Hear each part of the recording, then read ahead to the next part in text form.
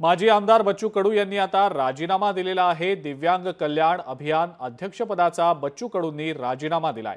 दिव्यांग मंत्रालयाबाबत सरकारचं धोरण उदासीन असल्याची बच्चू कडू यांनी टीका केली आहे। राज्यमंत्री म्हणून असलेली सुरक्षा काढून टाकण्याची विनंती सुद्धा बच्चू कडू यांनी पत्राद्वारे सरकारकडे केली आहे।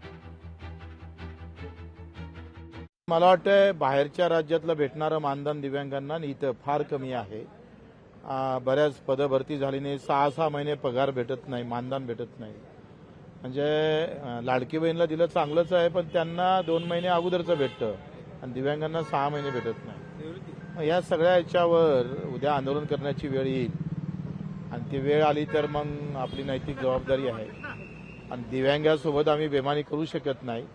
म्हणून आज आपण राजीनामा दिला आणि असलेली सुरक्षा सुद्धा काढावी असं पत्र दिलेलं आहे शिंदे साहेबाला। उद्या फडणवीस साहेबाला देऊ।